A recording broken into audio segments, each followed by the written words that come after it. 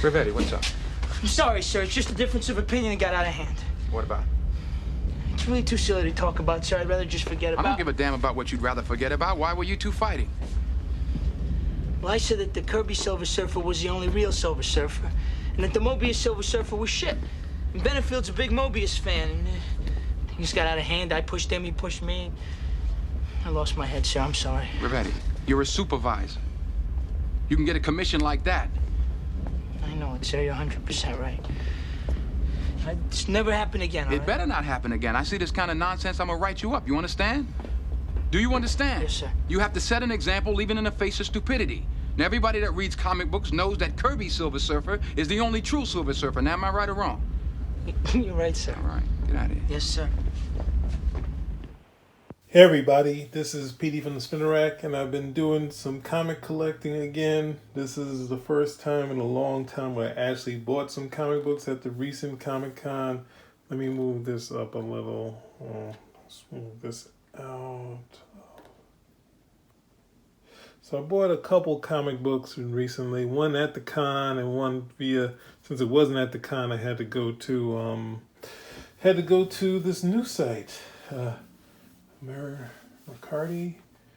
I have to look at it again. Mercari. I have to check it again. But I recently got some books, and there's a line, if you ever watched the movie Crimson Tide, where Denzel has an interaction with one of the people in the submarine, and they talk about the difference between the Kirby Silver Surfer and the Moebius Silver Surfer. And of course, Denzel, which we don't think he knows anything about comic books, but he's an actor. He's given a line, possibly from Quentin Tarantino, saying the only Silver Surfer is the Kirby Silver Surfer. Now, I'm not here to dispel that that statement, but I wanted to talk about that statement and where it kind of came from, and the possibilities of why Tarantino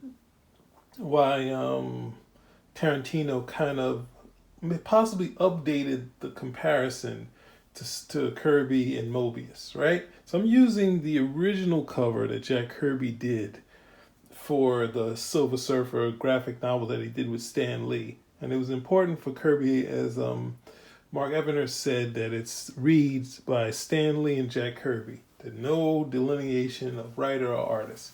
And this at that time is what Kirby actually wanted how the credits to read. So this is the original thing, but at the same time, all of the Fireside books that were done for Marvel had painted covers. I think some by John Romita, and then we also had one from Earl Norem. So this is the actual cover of it. If you, in the 90s, you wanted it, you couldn't find it, you could also get this one, which is a redo using a classic Kirby and Joe Sinnott, who do the interiors version of it. I might want to use this one to use as a reference because it has the same things in it, but you know, we have this book, we have that, couple different versions of it, right? Now, ultimately, let's go back to this so you can see the two against each other, right? This isn't the classic Jack Kirby Silver Surfer that he did in the 60s, but it's an ink cover by Jack Kirby, and the possibilities of what this book might have looked like if Jack Kirby inked it himself. And maybe there's a little bit something extra in it for me, but it's a classic representation of the Kirby Silver Surfer. Now, Kirby didn't really have a rivalry with Moebius, but he did have a rivalry with John Buscema, who did the original series for the Silver Surfer, and I think it went up to 18 issues, where Kirby did the last issue, where it was the Savage Silver Surfer, which is kind of out of character, but they say that's possibly where Kirby was going to go with his arc that he was going to do in the Fantastic Four about the Surfer. But ultimately, this series, for some reason unknown to anyone, why it didn't work. Now you can point out, the differences between Kirby Silver Surfer, who was origin was actually from the one he did in the comics of the Fantastic Four, which he actually had no sort of past history. His history was Galactus. And this one had a past history. So we can kind of factor in that kids like what in the Fantastic Four. For some reason, this worked when every John Buscema thing sort of worked during this period. His Fantastic Four went up, his Conan went up. The only things that didn't work was the Silver Surfer and his Submariner, which he was moved. Well, he wasn't moved off the Silver Surfer, but he was moved. Well, at the end, he was moved off the Silver Surfer. The last issue, he moved off the Submariner. So that line would actually, but then it would be taking a shot at John Buscema. But it'd be easier to do a comparison between these two. And actually, no, it's actually hard, right? So let's use this. Ultimately, this is Kirby well past the prime period of even Kirbyism, right? This is the blocky Kirby, but it does have some great stuff in it. Stuff that I was a fan of, which I finally got to see. And this start is really kind of giving you what Kirby saw as the Silver Surfer's birth. We see Galactus's hand. This thing was also used for a cover of the Fantastic Four 2, for the birth of Nova. And this Silver Surfer being born out of Galactus's hand, right? And some really classic shots by Kirby here. One of the hard things to do that the Silver Surfer is talking to himself, and it works perfectly if you know the Silver Surfer. But I can't really say why this wasn't. This is just a fun sort of book. It's not necessarily the most remembered graphic novel, but it's here, and this is retelling of Fantastic Four. What does issue be? The 48 through 50, and it's basically it's everything sans the Fantastic Four, like what you would do for a movie, and it kind of tells you some other tidbits that a little bit longer, the fight, and then more dramatic, Silver Surfer losing his powers. Now, when I saw this was in an interview, this video, the comic book greats, and they showed some of this stuff, and I was just like, oh, I know I gotta get this thing. So when this book came out, I bought it right away, and then obviously years later, I got the real version right here, right? So this is, it's not a classic, but it is a classic, right? It has some funky stuff in here. It has Guile, who we've never seen again, which is like Galactus's Desaad. And then we have Ardina, who is sort of like him. And we have the Silver Surfer's romance. And Kirby's employing a lot of different paneling for this graphic novel, right? He does a little bit of different stuff that we hadn't seen him do before. Some cool stuff here. Some layouts we haven't seen him do ever. So there's some things here that I wouldn't toss away. It's just a fun sort of book.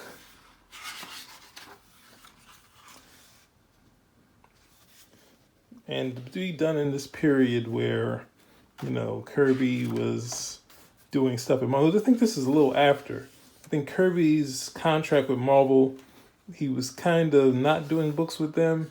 He's doing animation stuff with Stan. So at this point, they kind of said, hey, let's do this book. We kind of talked about it, but now we finally did it. Now, when this came out and it wasn't like the biggest smash book out there, fans have said that they've been away from each other too long. Their different views of the Silver Surfer clashed. But when you look at, when Kirby sent over the art, he also sent over descriptions of each panel and his own sort of story to go along with whatever him and Stan talked about. So for years we said, oh, they're different views. And while saying that, people trashed this, like basically saying they really missed the mark. But as the years have gone by and we've seen Kirby's descriptions, because they were very long descriptions, almost script-like descriptions, we see it's a lot more Kirby in this, or possibly in comparison to whatever him and Stan talked about. So with that said, people, the view of this, when they talk about it, they kind of pull back on any criticism because it kind of goes into the argument that Kirby did more than what we thought. But before that, when they thought it was, equal ground, it was like, their two views kind of went against each other. But, look at this, for this period, it's up there with anything Kirby did in this period of the 70s. And just sort of a fun sort of thing. And, hinting the Silver Surfer's heartbreak again. And then, like, almost have what you see in the X-Men, feared and hated.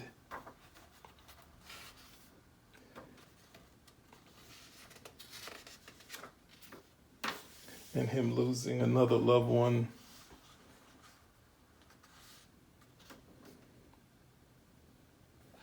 And then with this loss, what will it mean to the surfer?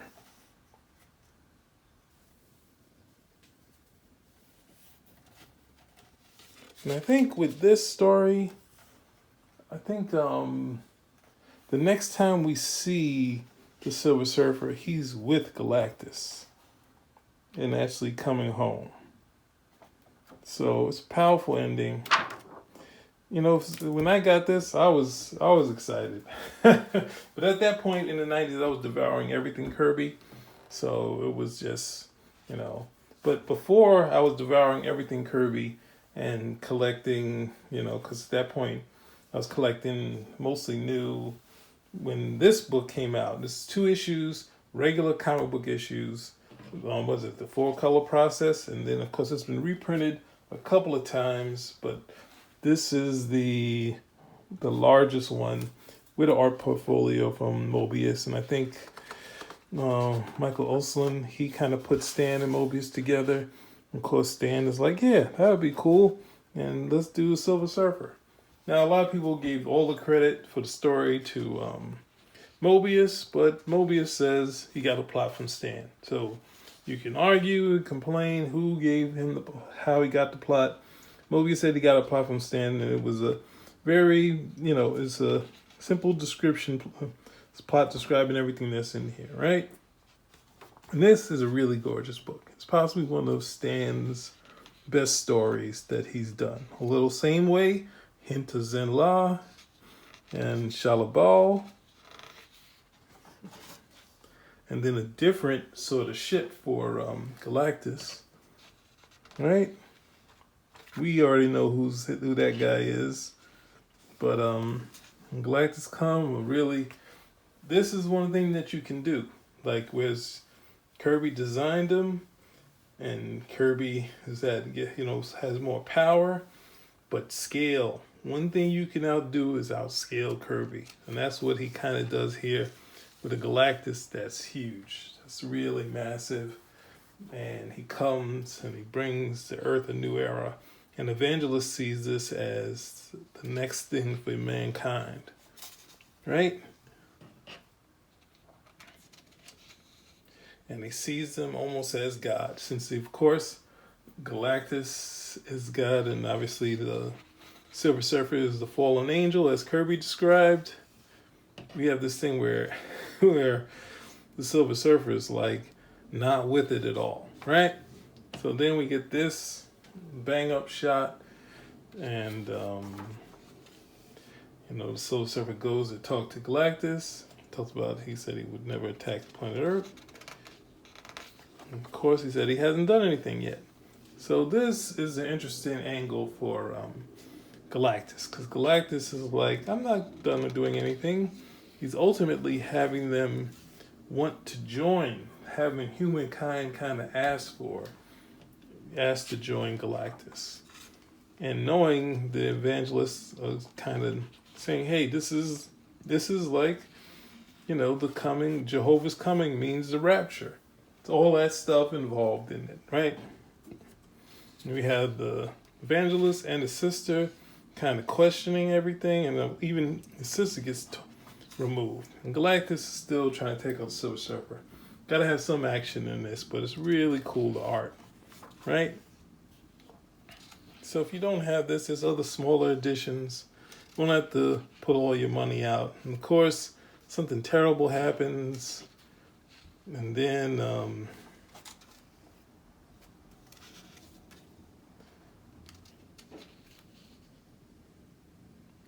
really dark sort of thing happens. So I should leave it here. I gave you all the other ones.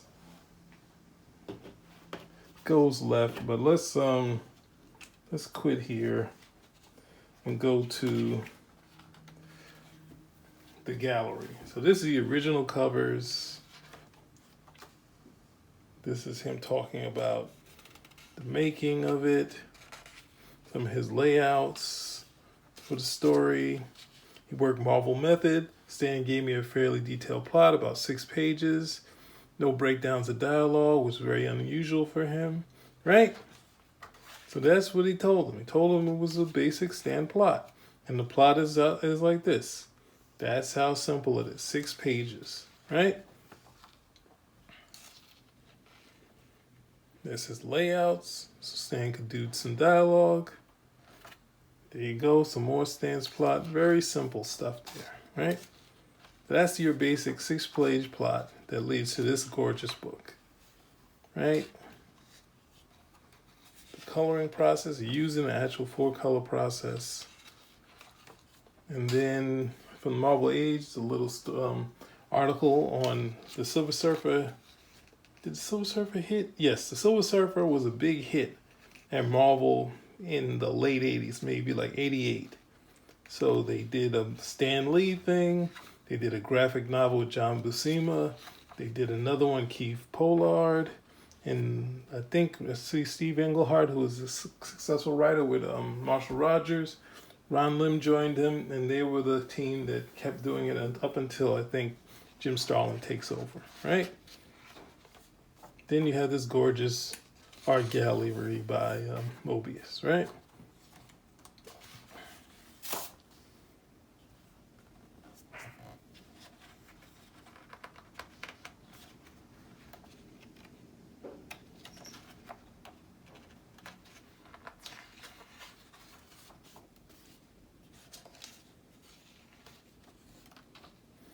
In this edition, I kind of want to see. I hope I don't have to buy another one, but this was a cool edition of this book, right? And this, the end part where after the resolution of the story, he goes to the UN and they're expecting some things out of the Silver Surfer, but he's not ready to oblige, right?